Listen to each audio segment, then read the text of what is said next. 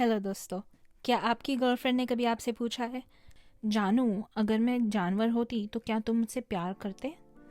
आज की हमारी स्टोरी कुछ ऐसी ही है। एक्चुअली ये आदमी और ये सारस या फिर क्रेन एक शादीशुदा कपल है। आइए जानते हैं इनकी लव स्टोरी।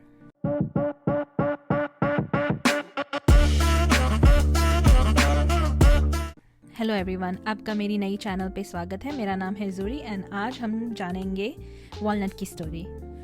एक्चुअली वॉलनट एक वाइट नेप्ड क्रेन है जो 1980s में एक स्पीशीज रिकवरी प्रोग्राम में जन्मी थी, पर इंसानों के हाथों से उसका पालन पोषण होने की वजह से वो अपने आप को भी इंसान समझने लगी।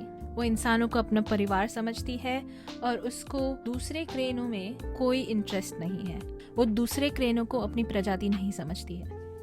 एक्चुअली प्रोग्राम वालों ने उसके लिए काफ़ी रिश्ते ढूंढे ताकि वो उनके साथ मेट कर सके और उनकी लिनिएज बढ़ा सके, ताकि और वाइट नेप क्रेनों का जन्म हो सके। लेकिन वॉलनट हमेशा उन पे वार कर देती थी और वो काफ़ी अग्रेसिव थी और ऐसा माना जाता है कि कहीं की उसने जान भी ले ली है।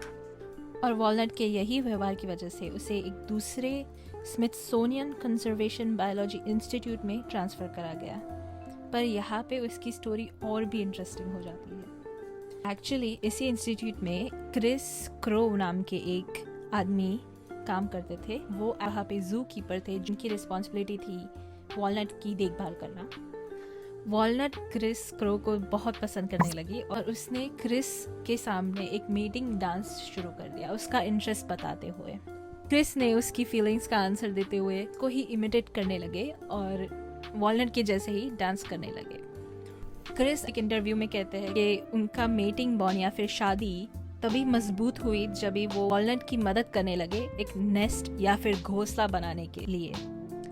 वो वॉलनट के घोंसले के लिए छोटे छोटे चीज़ें लाते थे और वो वॉलनट को यह बहुत पसंद था, इसलिए वो एकदम पर्रिंग साउंड जैसे कि बहुत खुश होने का साउंड निकालती थी। तभी क्रिस के दिमाग में एक आइडिया आया। क्योंकि वॉलनट एक फीमेल थी, बहुत ज़रूरी था कि वह बच्चे पैदा करे, लेकिन वॉलनट को कोई क्रेन पसंद नहीं था, उसे इंसान पसंद थे। तो ये आर्टिफिशियल इंसेमिनेशन एक्ट बहुत मुश्किल हो गया था। लेकिन क्योंकि उसने क्रिस के साथ एक मेटिंग बॉन्ड बना दिया था तो आर्टिफिशियल इंसेमिनेशन के लिए उसे बांधना नहीं पड़ा था, इजी हो जाता परफॉर्म करने के लिए। और सुनो, ये प्लान काम कर गया और वॉलनट फाइनली माँ बन सकी थी। और अगर आज तुम देखो तो क्रिस और वॉलनट के बीच में 5 बच्चे हैं। जी हाँ, वो 5 बच्चों के माता पिता है। पर दुख की बात यह है कि वॉलनट अपने बच्चों को पहचान नहीं पाती है, क्योंकि उससे अभी भी लगता है कि वो एक इंसान है और वो बाकी सारसों को अपने प्रजाति नहीं मानती है। और रही बात क्रिस की, वो भी एक अच्छा क्रेन पिता नहीं बन पाया, इसलिए उनके बच्चों को दूसरे क्रेनों के पास पालने के लिए दे दिया जाता था। वॉलनट के माँ बनने के जज्बात को पूरा करने के लिए उसको नकली अंडे दिए जाते थे जिसकी वो देखभाल करती थी और उसको इंक्यूबेट करने के लिए उस पर बैठती थी। और इस दौरान क्रिस उसके ही साथ रहता था फॉर इमोशनल सपोर्ट। ऐसी ही उनकी ज़रूरत है। क्रिस कहते हैं कि उन्होंने ये अनोखे रिश्ते को स्वीकार कर लिया है। वो समझते हैं कि वो बेसिकली एक क्रेन से शादी कर चुके हैं। सो हम ये ज़रूर कह सकते हैं कि क्रिस एक अच्छा बाप तो नहीं, लेकिन एक अच्छा पति ज़रूर था। लेकिन कहानी में अभी भी एक ट्विस्ट बाकी है। क्रिस के इंटरव्यू में वो यह कहते हैं कि वॉलनट की तरह उनके पास और भी क्रेन्स हैं जो अपने आप को इंसान समझते हैं और उन्होंने उनके साथ भी मेटिंग डांस किया है। सो असली में उनके पास एक ही नहीं लेकिन बहुत सारे परिवार है दूसरे क्रेनों के साथ भी। यहाँ पे हमसे एक फैमिली नहीं संभाली जाती, लेकिन वहाँ पे क्रिस क्रो की बहुत सारी क्रेन फैमिलीज है।